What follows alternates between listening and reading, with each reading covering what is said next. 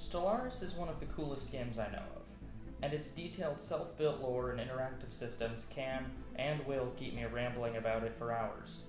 But what exactly makes it so good? Specifically, how are Stellaris' political systems made, and how do they work? That's what I wanted to find out, so I set out on a quest of galactic proportions to do just that.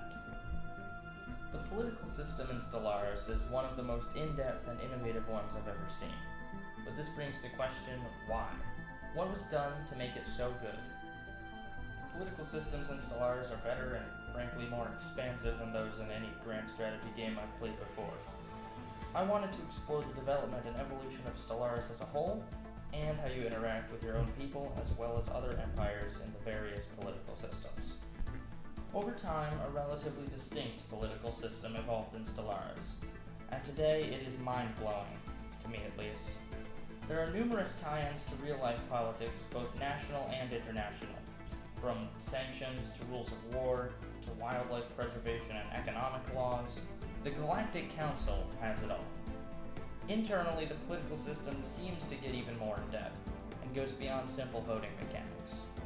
The opinion of your people can cause them to lose or gain happiness, gain ethics, join factions, and even trigger revolution in your empire. Political factions will vie for power and demand certain policies. Keeping them happy will bolster your unity and happiness, as well as drawing more people to the factions you prefer. Unity is used to do all the administrative work in your empire, hiring leaders, moving people, issuing edicts, manipulation of factions, and planetary decisions are a few examples of actions that would require unity. A mechanic I really like is the fact that the Galactic Imperium introduces the ability to bolster or undermine the Imperial Core's power. This means that despite being in charge and having unlimited power and all that, you still have to make people like you, because otherwise they can and likely will rebel against you. While trying to get an inside opinion on the creation of game mechanics, I just happened to stumble into Stephen Murray, the lead dev of Stellaris. During my interview with Mr. Murray, he gave me several examples of both real governments and groups that inspired those in Stellaris. He also explained how the development of the Stellaris politics worked. The authorities, democratic, oligarchic, and so on, and many civics are based on real-world political traits, ideologies, or beliefs, though they are usually amplified into more extreme versions, or even almost utopian or dystopian caricatures of the real-world equivalents. Along with just giving examples of real things that in-game mechanics are based on, we discussed the development of Stellaris from a technical perspective. Mr. Murray says that they have future plans on expanding political systems, and that whenever we add new systems to the game, we ask ourselves if there are ways that we can integrate them into the galactic community, which is fantastic. I also wanted to look into how fan feedback affected the development, and there are several notable examples. The one that first comes to mind is, of course, the Orion combat update. Fans, especially those who focus on the mechanics of sci-fi like myself, were left disappointed by the lack of uniqueness and variety in the combat systems. For those who don't know, before the update, bigger was always better. Bigger ship meant more health and bigger gun meant more damage, while not having any range penalty. This led to outrageous doom stacking, where a player could assemble a fleet of only battleships and crush any foe in their way as long as their fleet was smaller. After fans complained about this a lot, the Orion update was set in motion, which revolutionized the combat system. Now bigger guns have limited close-up range, meaning that the small fast ships can get close to them, hopefully without dying, to shred their armor. The addition of torpedoes also meant that these same little fast ships could launch anti-capital missiles that dealt out more hurt the larger the foe. Meaning, say, a size 5 ship would take 500% damage from a torpedo. The update also added a wire class system, which allowed ships to have more diverse roles, whether they be a brawler, artillery, carriers, or missile ships. With all of this, I would argue that fan feedback helped to directly change Stellaris for the better. I also read a fan dev diary, where the author, Zeta Sophos, explained some changes they think would benefit the game as a whole.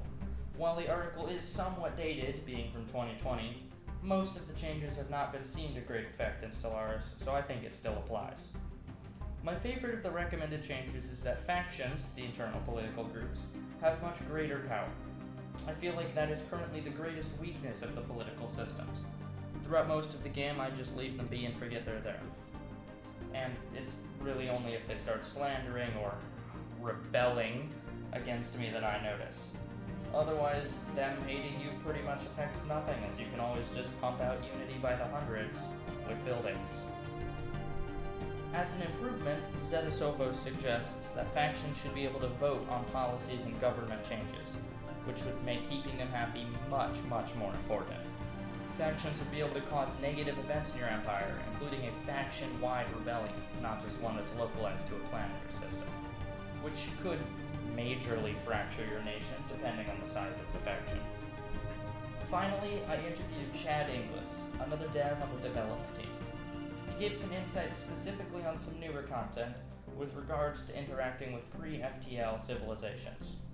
He talked about how the dev team met to debate what exactly ordained an aggressive action when interacting with pre-FTL civs. In the case of abducting Pops, there's no doubt that this is aggressive. But what about building a trading enclave on the planet? Does the resulting economic instability qualify as an aggressive act? When this type of question pops up, we talk it out as a group. Anyone who has an opinion or stake in the outcome will share their thoughts, and we can usually arrive at a consensus. But in the case that we don't, the feature lead, i.e. the person responsible for actually developing the event in question, will have the final say, unless me or Steven strongly disagree, in which case they get overruled. All of this leads to Stellaris being an incredibly in-depth game when it comes to relation, both with your own people and other empires. It's not just a happiness counter like in any other grand strategy game.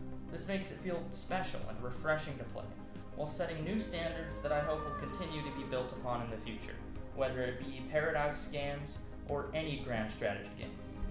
I look forward to seeing where and when we go from here.